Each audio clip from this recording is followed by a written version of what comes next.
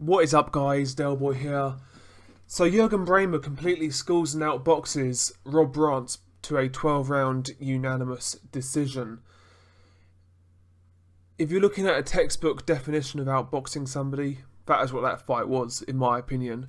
To me, there's only one man in it, and I struggled to give Rob Brant a single round, I have to say.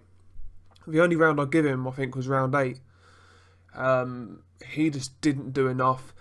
He looked woefully underprepared, and to be quite honest, he just didn't look good enough. I mean, if you look at his resume prior to this fight, he's not fought at even sort of fringe world level. You know, Juergen Braehmer doesn't exactly have a great resume, but he's fought a lot of good European level guys. He's fought a lot of good fringe contenders and borderline world level guys as well. So Braehmer had a huge experience advantage here, and it really did show. Not only that, he was just a more skilled fighter. I actually really enjoyed Braehmer's performance, and I have to say I was quite taken aback with it, because I wasn't really going into this fight with a strong opinion on who's going to win. Namely because Juergen Braehmer is 39 years old, coming off a loss, coming off a bad injury, and he's also making a weight that he's not made in 10 years at 39 years old. So I felt that we had the potential for Juergen Braehmer to break down in the ring and struggle with the weight, get injured again, get old overnight, you know, all those cliches. I thought Juergen Braehmer could really break down in there, but it never happened. And I saw a lot of people rating Rob Brant very highly. Granted, it wasn't the majority, but there's a lot of people who were leaving comments, and I was looking at people's videos, and a lot of people said they was laying down money on Rob Brant, and they had faith in him and said he was a good fighter. So I wasn't really sure on what to expect coming into this fight.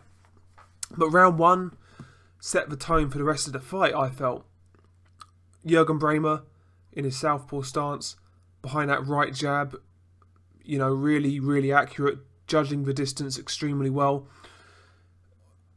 And behind that right jab was often a laser left hand, which found the target quite regularly. And the distance control of Juergen Braehmer was one of the big assets of his victory, I felt. Because, I mean, Rob Brant was consistently falling short. He was throwing a jab and it wouldn't even land. And it wasn't because Juergen Braehmer was slipping all the time, but he was throwing jabs when he was out of range, so there was just wasted punches.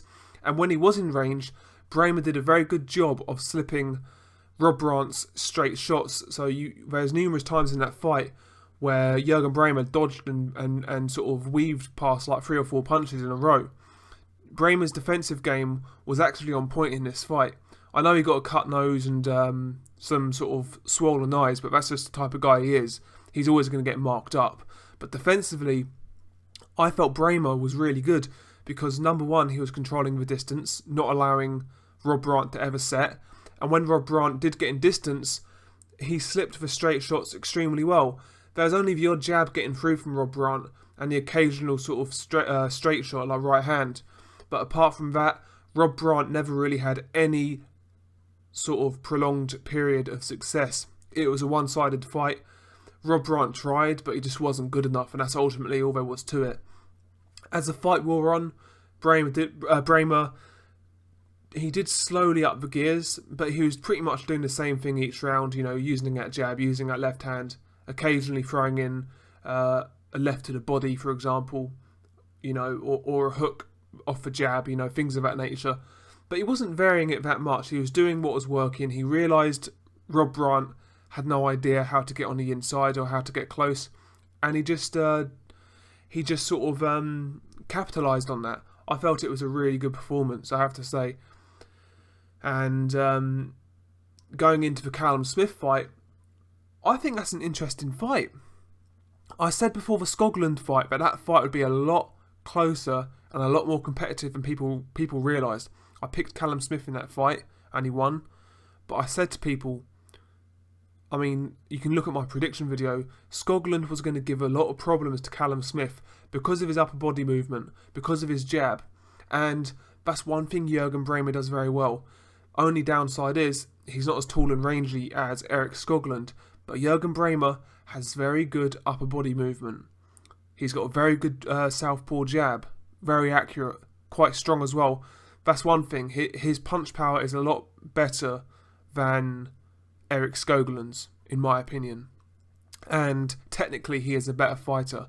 Erik Skoglund relied, to me, like I said in the prediction, he had good boxing fundamentals, but I felt he also sort of relied on his size and athletic ability, whereas Juergen Braehmer, to me, just relies on his boxing ability. So it's going to be an interesting fight. I think the jab from Juergen Braehmer is going to give Callum Smith some serious problems as long as his fight lasts. I really do. And also the left hand behind it. Callum Smith doesn't move his head. He's open for straight punches. He really is. He's open for that jab, as we saw against Skoglund, and the straight behind it. Because Juergen Braehmer's 1-2 is quite quick. It's quite snappy. And he can definitely catch Callum Smith.